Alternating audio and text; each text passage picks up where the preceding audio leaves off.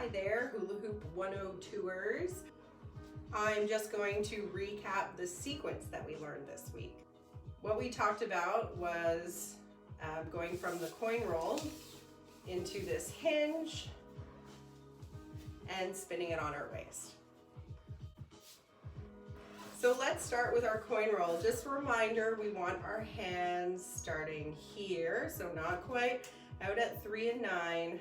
We want to be a little more towards 4 or 5 and 7. So, or 4 and 8. Anywhere around here is good.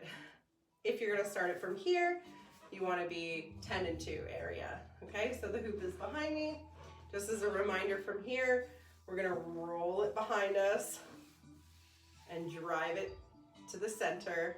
We're going to take that one hand, go across the body, and drive it all the way across. So let me just show you that from behind. I know it's going to be hard to see, but we've got our hand positions here. We're going to roll it off the right hip, rolling it on the right hip. So we're just pushing it into that right hip and rolling it around towards the back of us. Now this is going to feel weird, so just allow your hands to roll the hoop up towards your 10 and 2 position. Rolling it behind us, driving the hoop to 10 and 2. Now we're going to take this left hand. You can do this in both directions, but we learn this way. We're going to take the left hand and we're going to push the hoop down and across towards our right hip. Left hand towards right hip. Now we should be in this position. Remember, we started here. This is just a little baby quarter turn away from there, okay? So instead of going to here and then here, we're just gonna drive the hoop. So we're going rip, just like that. Here, rolling it around the hoop, around the hip, driving it to 10 and 2, crossing the body, rolling.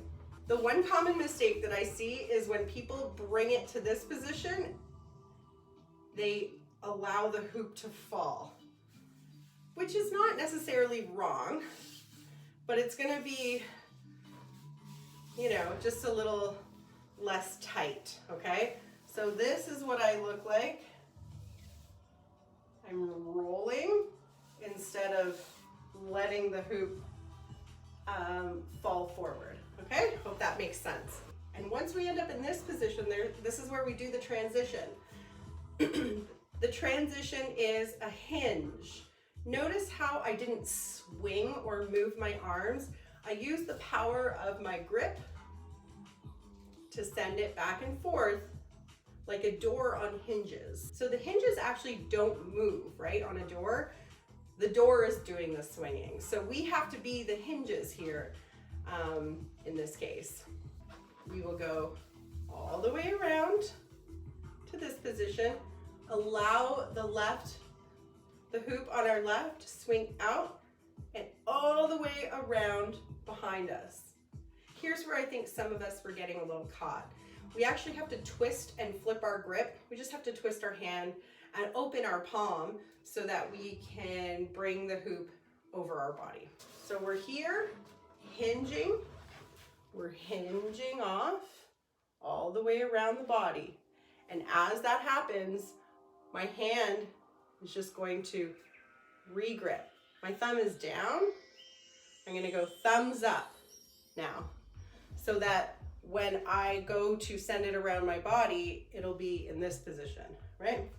So now I'm going to let go with my left hand, kind of do a typewriter here or a little bit of a twist and send it around the body. Let me show you that one more time. Hinge, flip, release, typewriter. The other thing is, this might be hard for you to hold the hoop like that.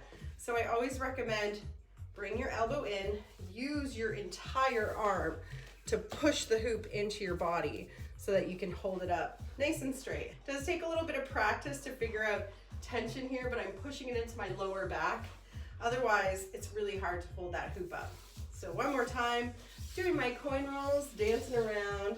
As it comes off, we hinge, flip, and send it around. One more time.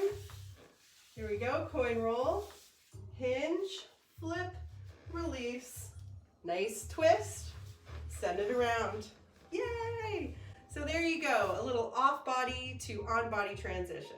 Just remember, you can pair this with your barrel rolls, your isolations, which we'll talk about a little bit more later, and into coin rolls, hinge, ta-da!